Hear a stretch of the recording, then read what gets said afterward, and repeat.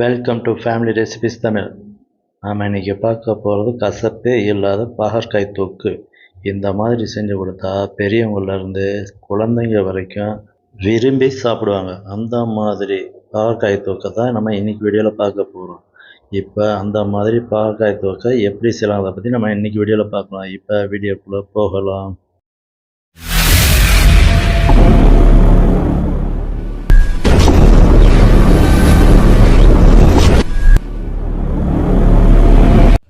இப்போ கசப்பே இல்லாத பாகற்காய் தொக்கு செய்ய ஆரம்பிச்சிடலாம். ஃபஸ்ட்டு 4 ஸ்பூன் அளவுக்கு ஆயில் போட்டுக்கலாம்.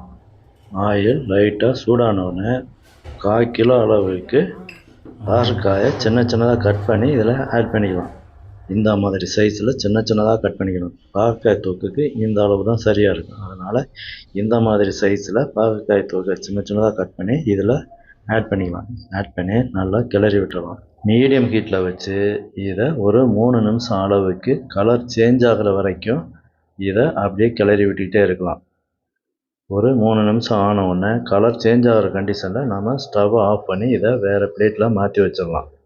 ஃபேமிலி ரெசிபிஸ் தமிழ் சேனலை லைக் பண்ணுங்கள், சப்ஸ்கிரைப் பண்ணுங்கள், பக்கத்தில் இருக்க பெல் பட்டனை எனேபிள் பண்ணுங்கள், ஷேர் பண்ணுங்கள். பாகற்காய் இப்போ கலர் சேஞ்ச் ஆகிடுச்சு. இப்போ ஸ்டவ் ஆஃப் பண்ணிவிட்டு வேறு பிளேட்டில் மாற்றிக்கலாம்.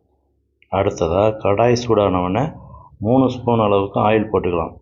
ஆயில் சூடானோடனே கடுகு 1/4 ஸ்பூன் அளவுக்கு கடுகு போட்டுக்கலாம். கடுகு நல்லா வெடித்த உடனே அடுத்ததாக நம்ம 1/2 ஸ்பூன் அளவுக்கு ஜீரகம் போட்டுக்கலாம். ஜீரகம் நல்லா பொரிஞ்ச உடனே கருவேப்பிலை கொஞ்சம் போட்டுக்கலாம். காஞ்ச மிளகாய் 2 கட் பண்ணி போட்டுக்கலாம். 2 பெரிய வெங்காயத்தை சின்ன சின்னதாக கட் பண்ணி போட்டு நல்லா கிளறி விட்டுடலாம். ஃபேமிலி ரெசிபிஸ் தமிழ் சேனலை லைக் பண்ணுங்கள், சப்ஸ்கிரைப் பண்ணுங்கள், பக்கத்தில் இருக்க பெல் பட்டனை எனேபிள் பண்ணுங்கள், ஷேர் பண்ணுங்கள். நல்லா ஒரு 2-3 நிமிஷம் வெங்காயத்தை நல்லா கிளறி விட்டலாம். வெங்காயம் நல்லா வதங்கி வந்தோடனே 2 மீடியம் சைஸ் தக்காளியை சின்ன சின்னதாக கட் பண்ணி இதில் ஆட் பண்ணிக்கலாம். ஆட் பண்ணி நல்லா கிளறி விட்டலாம். இதை ஒரு 2-3 நிமிஷம் நல்லா அப்படியே கிளறி விட்டு தக்காளி நல்லா வதங்கி வந்தோடனே நம்ம மசாலா ஆட் பண்ணிடலாம். மசாலா ஆட் பண்ணால ஃபஸ்ட்டு நம்ம லைட்டாக பெருங்காயத்தூள் கொஞ்சம் ஆட் பண்ணிக்கலாம். கொஞ்சமாக ஒரு 1/4 ஸ்பூனுக்கு கம்மியாக ஆட் பண்ணிவிட்டு அடுத்ததாக 1/4 ஸ்பூன் மஞ்சள் தூள், 1/2 ஸ்பூன் மிளகாய்த்தூள், 1/2 ஸ்பூன் மல்லித்தூள், தேவையான அளவு உப்பு போட்டு நல்லா பச்சை வாசம் போகிற வரைக்கும் கிளறி விட்டுடலாம். ஃபேமிலி ரெசிபிஸ் தமிழ் சேனலை லைக் பண்ணுங்கள், சப்ஸ்கிரைப் பண்ணுங்கள், பக்கத்தில் இருக்க பெல் பட்டனை எனேபிள் பண்ணுங்கள், ஷேர் பண்ணுங்கள். பச்சை வாசனம் போகிற வரைக்கும் நல்லா கிளறி விட்டுக்கிட்டே இருக்கலாம். இது ஒரு 2-3 நிமிஷம் ஆகும். அது வரைக்கும் கிளறி விட்டுடலாம். இந்த சமயத்தில் அடிப்பிடிக்கிற மாதிரி இருந்தால் 2 ஸ்பூன் அளவுக்கு ஆயில் போட்டுக்கலாம். ஆயில் போட்டு நல்லா கிளறி விட்டுட்டு மசாலாலாம் பச்சை வாசனை போன பின்னாடி ஏற்கனவே நம்ம பாகற்காய் வதக்கி வச்சோம் இல்லையா, அதை இப்போ இதில் ஆட் பண்ணிடலாம். ஆட் பண்ணி நல்லா கிளறி விட்டுடலாம். தண்ணி ஆட் பண்ணிக்கலாம். அதாவது பாகற்காய் மூழ்கிற அளவுக்கு தண்ணியை ஆட் பண்ணிக்கணும். அதிகமாக ஆட் பண்ண வேண்டாம். ஏன்னா பாகற்காய் ஏற்கனவே பாதி வேக்காடு வெந்துருச்சு. அதனால் பாகற்காய் மூழ்கிற வரைக்கும் தண்ணியை ஆட் பண்ணி நம்ம நல்லா கிளறி விட்டுடலாம். இந்த சமயத்தில் நல்லா மீடியம் ஹீட்டில் வச்சு கொஞ்சம் நேரம், அதாவது ஒரு 2-3 நிமிஷம் மூடி வச்சிடலாம். ஃபேமிலி ரெசிபிஸ் தமிழ் சேனலை லைக் பண்ணுங்கள், சப்ஸ்கிரைப் பண்ணுங்கள், பக்கத்தில் இருக்க பெல் பட்டனை எனேபிள் பண்ணுங்கள், ஷேர் பண்ணுங்கள்.